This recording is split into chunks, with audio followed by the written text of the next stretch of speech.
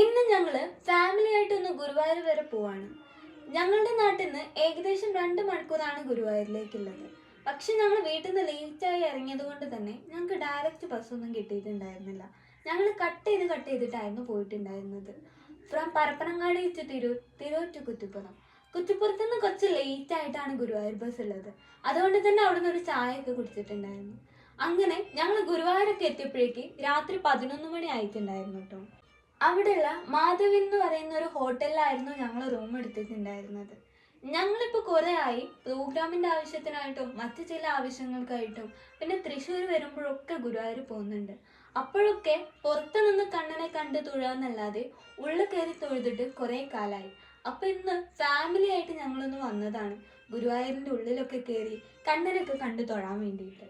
അങ്ങനെ റൂമിലെത്തിയപാട് ഒന്ന് ഫ്രഷായി ഒരു മണിയൊക്കെ ആയപ്പോഴേക്ക് ഞങ്ങൾ നേരെ നിർമ്മാല്യം തൊഴാൻ പോയി. അങ്ങനെ നിർമ്മാല്യമൊക്കെ തൊഴുത് ബ്രേക്ക്ഫാസ്റ്റ് ഒക്കെ കഴിച്ച് ഒരു 9 മണിയൊക്കെ ആയപ്പോഴേക്ക് ഞങ്ങൾ തിരിച്ച് റൂമിലെത്തിയിട്ടു. എന്നിട്ട് ഫ്രഷായി ഒന്ന് റെസ്റ്റ് എടുത്ത് ഒരു ഉച്ചയൊക്കെ ആയപ്പോഴേക്ക് ഞങ്ങൾ നേരെ മമ്മിയൂർക്ക് പോയി.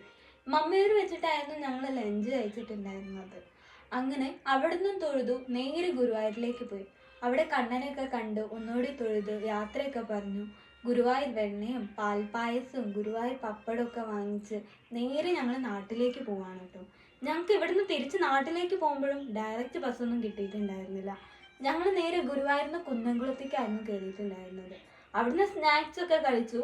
നേരെ കോഴിക്കോട് ബസ് കിട്ടിയിട്ടോ. അങ്ങനെ നേരെ നാട്ടിലേക്ക് പോവാണ്. Bye, that's all.